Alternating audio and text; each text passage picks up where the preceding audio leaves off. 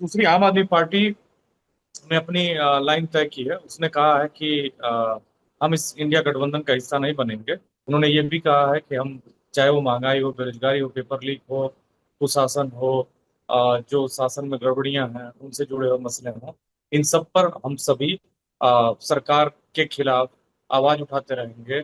और हालत ये है कि 2014 से लेकर 2026 तक, जब ये सत्ता में आए थे तो पेट्रोल 60 रुपए था, अब 120 रुपए पहुंचा दिया है, ठीक दुगुना। इन्होंने कहा था कि हम महंगाई को आधा करेंगे और आमदनी को दुगुना करेंगे। इन्होंने आमदनी को आधा कर दिया और महंगाई को दुगुना कर दिया। सरकार महंगाई हम्म, रोक नहीं पा रही है तो सरकार किस बात की है? और हम्म, आमदनी बढ़ा नहीं पा रही है तो आदमी को चाहिए क्या? आदमी को चाहिए सड़क सुरक्षा, लॉ एंड ऑर्डर। वो हर लेवल पर फेल है।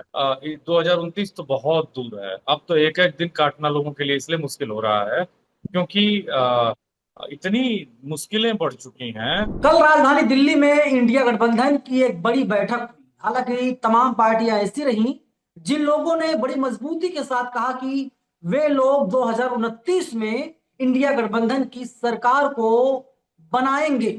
क्या है मायने, क्या बातचीत हुई, मैं समझूंगा प्रोफेसर संदीप यादव जी से। सर, बहुत स्वागत है। क्या बातचीत हुई, क्या निष्कर्ष निकला? क्या ये लोग मोदी को रोक पाएंगे? देखिए, आज 8 जून 2026 को दिल्ली के कॉन्स्टिट्यूशन क्लब में इंडिया गठबंधन की मीटिंग हुई है। और इसमें ऐसा बताया जा रहा है कि 25 दलों ने हिस्सा लिया। इसमें आम आदमी पार्टी और डीएमके दोनों अनुपस्थित रहीं। चूंकि तमिलनाडु की राजनीति में कांग्रेस का चुनाव से पहले गठबंधन डीएमके के साथ था। चुनाव के बाद वो टीवी के तमिलगम वेट्री कड़गम के साथ चली गई। तो डीएमके ने फिर अपनी एक लकीर खींच दी है। उसने कहा कि मेरा क्या काम उस गठबंधन में, जब मेरी विपक्षी के साथ कांग्रेस है तो मेरा उसके साथ क्या काम। उन्होंने अपनी एक लाइन तय कर दी है। दूसरी आम आदमी पार्टी ने अपनी लाइन तय की है। उसने कहा है कि हम इस इंडिया गठबंधन का हिस्सा नहीं बनेंगे। उसका एक मुख्य कारण ये भी है कि कई जगहों पे देश में सीधे सीधे आम आदमी पार्टी का जो संघर्ष है वो कांग्रेस से है। जैसे पंजाब में जी। अभी आम आदमी पार्टी की सरकार है और वहाँ जो आने वाला चुनाव है उसमें संघर्ष कांग्रेस से ही है, सीधा सीधा। तो आम आदमी पार्टी ने अपनी एक लकीर खींच ली है।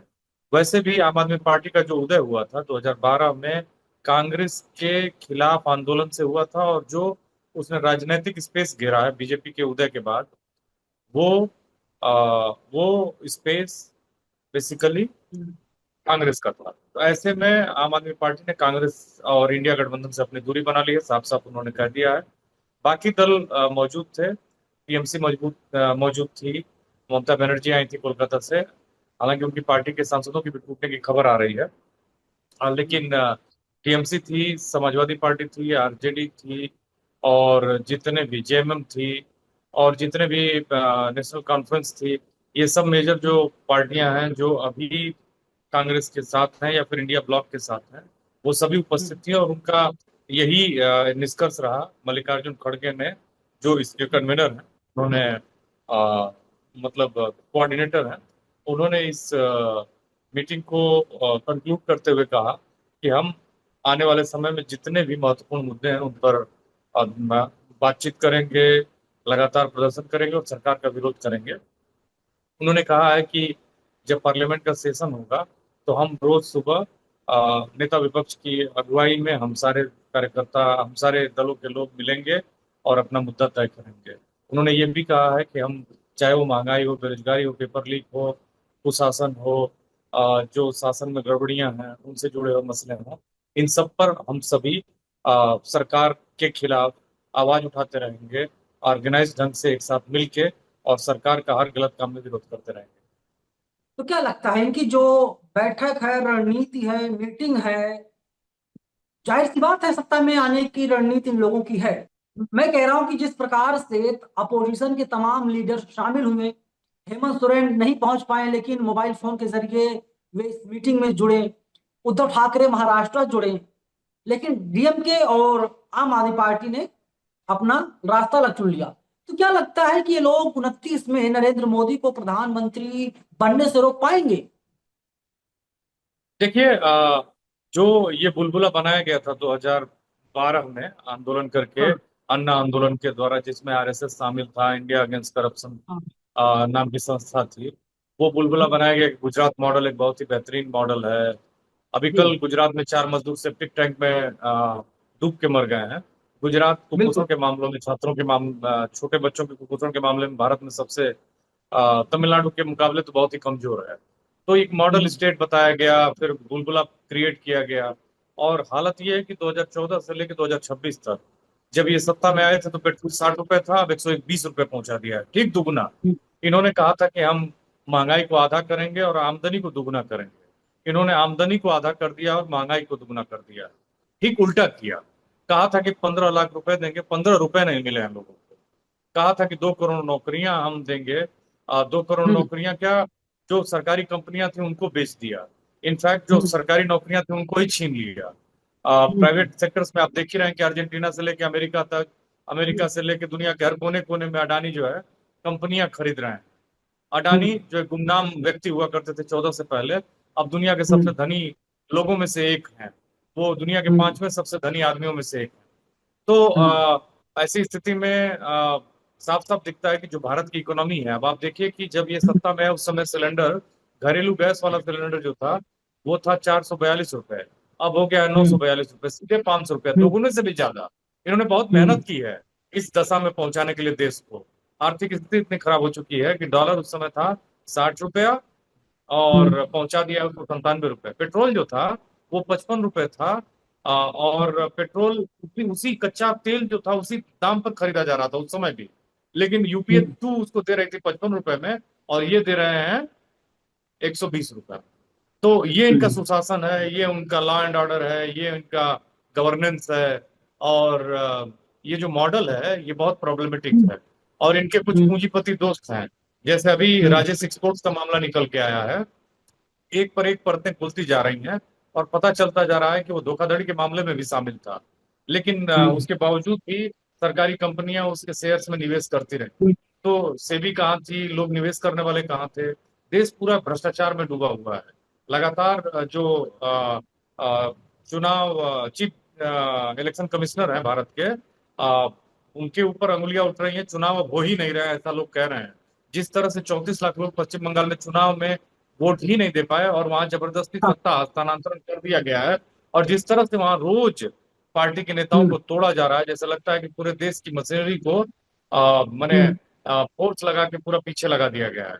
और यही नहीं, प्रधानमंत्री जो चुनाव खत्म होता है कहते हैं कि आप लोग ऑस्टेरिटी मेजर्स लीजिए, आप हम्म। तेल कम खर्च करिए, वर्क फ्रॉम होम करिए, डीजल पेट्रोल की खपत कम करिए, जितना बचा सकते हैं विदेश मत जाइए। और देखिए, अभी जो लॉ मिनिस्ट्री है उसने 150 जजेस और वकीलों को लंदन भेजा है इस गर्मियों में घूमने के लिए।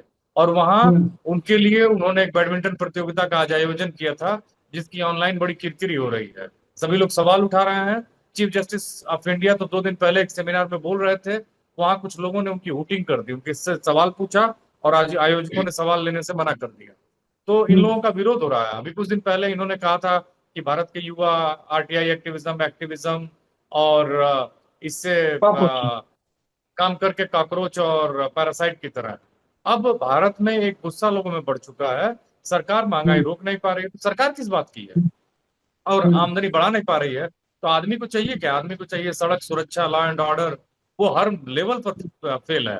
अब जैसे इनका बिल्कुल। एक डबल डबल इंजन की सरकार का मॉडल लीजिए उत्तर प्रदेश से। उत्तर प्रदेश में एक होटल व्यवसायी की गाजीपुर में गोली मारकर एक शंकर पांडे गुट द्वारा हत्या कर दी गई, और अभी तक वो फरार है। अभी तक नहीं पकड़ा बिल्कुल। गया। जो पिछड़ा वर्ग का एक उसमें उसका सहयोगी था, बिंद समाज से, उसकी हम्म। इनकाउंटर में मौत हो गई है, और पूरा गाजीपुर में तनाव का माहौल व्याप्त है। शंकर पांडे का कहीं कोई अता पता नहीं है। फिरौती मांग रहा है, रंगदारी। एक तरह से दिनों दिन दहाड़े रंगदारी मांगी जा रही है। उत्तर प्रदेश में कोई लॉ एंड ऑर्डर नहीं। तो यही डबल इंजन का मॉडल है। अब स्थिति इतनी हम्म। खराब हो चुकी है कि वो कंट्रोल से बाहर जा चुकी है। तो ऐसी स्थिति में जनता इनसे निजात पाना चाहती है, और इंडिया हम्म। गठबंधन को जनता के मुद्दों को उठा के सामने से नेतृत्व करना होगा, और परिवर्तन के लिए प्रयास करना होगा, और उससे होगा। क्योंकि देखिए, अब जनता इस बात को कम से कम समझ चुकी है, पता नहीं राजनीतिक दल समझे हैं कि नहीं समझे हैं, लेकिन वो समझ चुकी है कि चुनाव हो ही नहीं रहे हैं। अच्छा। क्यों? ऐसा चुनाव कैसे? अब जैसे आप देखिए, स्पेशल इंटेंसिव रिवीजन जो है, उसमें क्या हुआ? उसमें हम्म। आपने लॉजिकल डिस्क्रिपेंसी के नाम पर पहले एक सॉफ्टवेयर से 1 करोड़ 25 लाख लोगों के नाम चला दिए। उसमें लॉजिकल हाँ डिस्क्रिपेंसी के नाम पर आपने तमाम तरह के दिक्कतें पैदा करके और उनको हाँ 34 लाख लोगों को कहा कि नहीं नहीं, इनकी कोर्ट द्वारा हम एक बेंच बना दे रहे हैं, सुनवाई होगी, एडजुडिकेशन होगा। अंत में 2,000 लोगों की सुनवाई हुई। तो कायदे से तो इलेक्शन होना ही नहीं चाहिए था। तो हम्म, ये सवाल कौन उठाएगा? और आप क्या भूल गए, हरियाणा के चुनाव में एक ब्राजील की मॉडल थी, हेयर ड्रेसर थी, उसका वोटर लिस्ट में 120 जगह से ज्यादा नाम था, और उसने 21 जगह वोट भी डाले थे। अगर मैं तो कहता हूं कि एक भी वोट इस तरह का पड़ा है तो सब हाँ चुनाव होना ही नहीं चाहिए। उस आधार पर तो ये हम्म, चुनाव कितना निष्पक्ष है। महाराष्ट्र के एक गांव में, हाँ करजतवाड़ी में, वहां के लोगों हम्म, ने तो रीपोलिंग कराई, कर्फ्यू लगा दिया गया। एक हम्म, मनसे का, महाराष्ट्र नवनिर्माण सेना का उम्मीदवार था, उसने कहा कि 6 वोट तो मेरे घर के हैं, मेरे कार्डर हैं, हम्म, मेरे वोटर्स हैं, और उसको 2 वोट मिले थे। उसने कहा कि मैंने, मेरा खुद का वोट मुझे नहीं मिला है। तो ऐसी स्थिति में ये चुनाव प्रक्रिया जो है, अभी आप देखिए ना, राजारहाट पश्चिम बंगाल में एक विधानसभा है जहां मतलब वोटों की गिनती रात भर हुई, जिसमें टीएमसी का कैंडिडेट आगे था। और जो अंतिम राउंड का, एक्चुअली वो 352 वोटों से आगे था, 56 वोटों से आगे था। और अंतिम जो पेटी गिनी गई, वो बेसिकली एक मुस्लिम बाहुल इलाके की थी, जहां 90% जो वोटर्स थे वो मुस्लिम थे।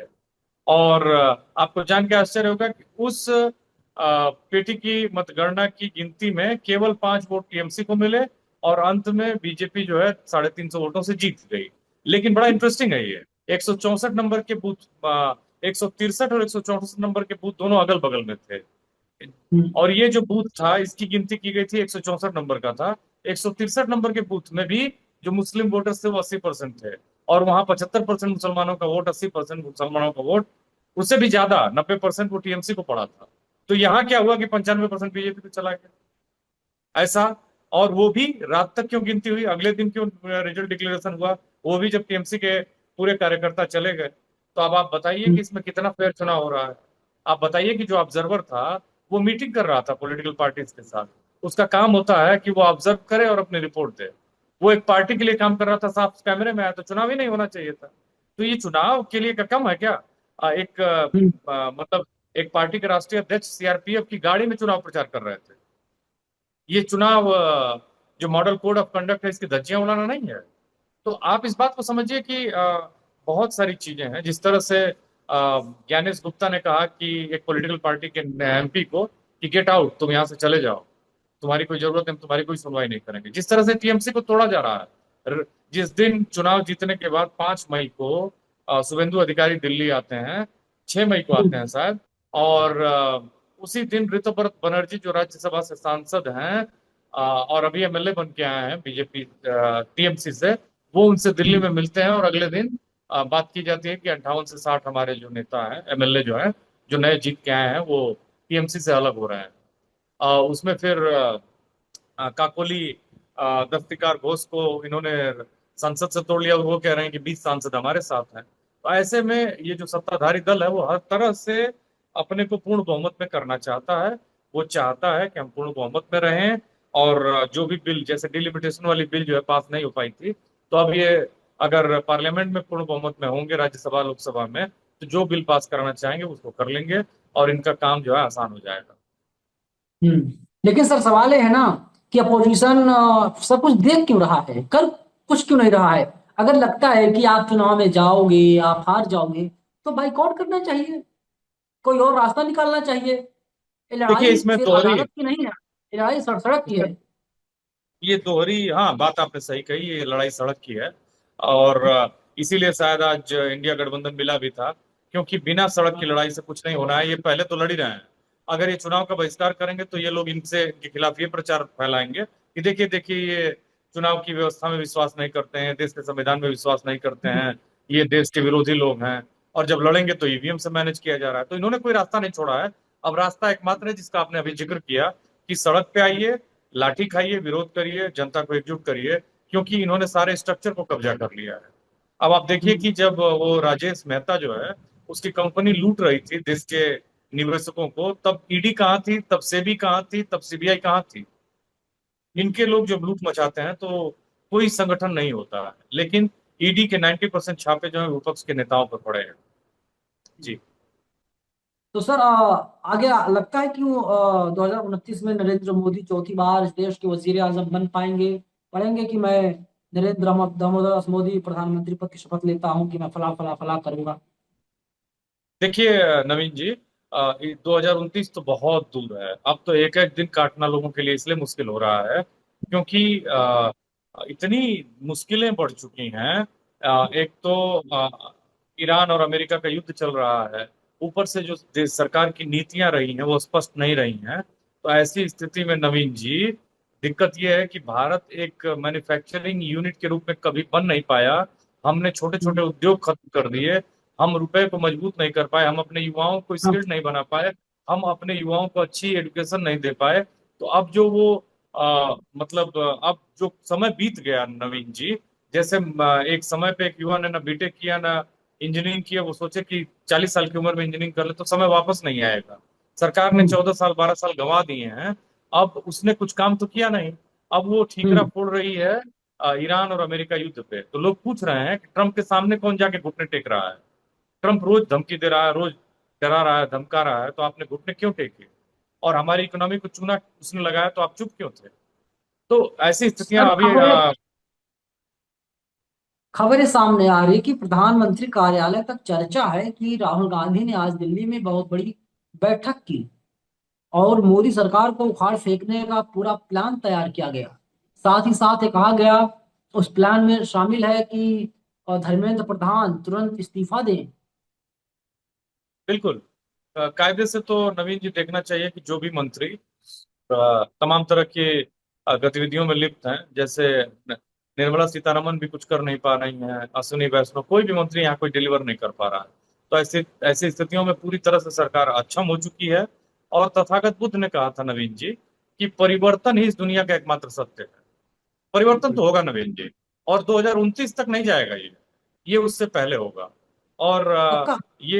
बहुत पक्का। बड़ा। और पक्का, बिल्कुल। और जो मैं बातें कह रहा हूँ कि जो राहुल गांधी तो आर्थिक सुनामी की बात अभी करने लगे हैं, मैं बहुत पहले से बता रहा हूँ क्योंकि इकोनॉमिक्स की चीजों पर मैं नजर रखता हूँ। और हमारी जो पर कैपिटा इनकम है वो उसमें कोई सुधार नहीं है, हमारी इकोनॉमी में सुधार नहीं, उसको सुधारने के कोई काम नहीं किए जा रहे हैं। जैसे मुझे 10वीं का बोर्ड एग्जाम देना है और मैं रोज घूमूं और कहूं कि कल पढ़ लूंगा, कल पढ़ लूंगा, एग्जाम आएगा पढ़ लूंगा, क्या दिक्कत है? एग्जाम आ गया, फिर मेरे हाथ पांव धुल रहे हैं। और अब कुछ किया क्या जा सकता है? 2 साल तो बीत चुके हैं, 1 साल बीत चुका है। अब मुझे एग्जाम देना है, वही 40% फेल होना है या 40-50% के साथ पास होऊंगा। तो वही हाल सरकार का है। जब समय रहते कोई नीतियां बनाया नहीं, अब इनके ऊपर उनके ऊपर ठीकरा फोड़ा जा रहा है। हिंदू मुसलमान, अब्दुल को टाइट करना, मस्जिद के सामने डीजी बजाना, क्रिश्चियंस के यहाँ जाके उनके झांकियां उखाड़ देना, किसी को घोड़ी नहीं चढ़ने देना, समाज में तमाम तरह के मीडिया के द्वारा पैसा दे के उसको गलत नैरेटिव चलाना, देश में कुछ और चल रहा है तो बताना कि इंडिया गठबंधन में फूट। एक्चुअली ये जो गोदी मीडिया है आज का, उसका मैंने अभी नैरेटिव चेक किया, तो उनके यहाँ चल रहा है कि गोदी मीडिया में फूट। और सुदर्शन न्यूज है, वो तो अलग ही न्यूज चलाता रहता है। और हाँ, ये भारतीय मीडिया का एक विचित्र चेहरा है। और मीडिया वाले, देश जा रहा है आगे और उनकी डिबेट है पीछे, सदियों पीछे, 500 साल पीछे की डिबेट चल रही है। तो इंडिया इंडिया गठबंधन में कोई फूट नहीं है। डीएमके ने साफ साफ अपना स्टैंड क्लियर कर दिया है कि ना बीजेपी के साथ जाएंगे ना कांग्रेस के साथ जाएंगे। हम अलग ही अपनी लड़ाई लड़ेंगे टीवी के खिलाफ, और हम अपना स्पेस बनाएंगे। तो हम्म। स्टैंड क्लियर है। अब इसमें जैसे भी जो निगोशिएट कर ले, लेकिन बातें स्पष्ट हैं। और ये अब सरकार 6 महीना खिंच जाए, 1 साल खिंच जाए, लेकिन 1 साल के बियॉन्ड नहीं जाएगी। अब कोई एक्चुअली तारीख है, हर तरफ। कोई तारीख है आपके पास कि इस दिन मोदी की सरकार गिर जाएगी, इस देश में नहीं, नहीं रहेंगे प्रधानमंत्री? मैं कोई ज्योतिष तो नहीं हूं, लेकिन ये बताता हूं आपको कि ये जो सरकार है ये बहुत मजबूत है, बहुत मजबूत दिखती है। लेकिन वो जो भीतर का खोखलापन है वो कहीं ना कहीं उनको भी खा रहा है, और जनता उसको जान चुकी है। तो हम्म। ऐसी स्थिति में विपक्ष अगर जनता के मुद्दों को बहुत तेजी से उठाए, उन पर बात करे, तो जितना वो बात करना शुरू करेगा उतना जल्दी इनका ताश के पत्तों का किला भर भरा के ढह जाएगा।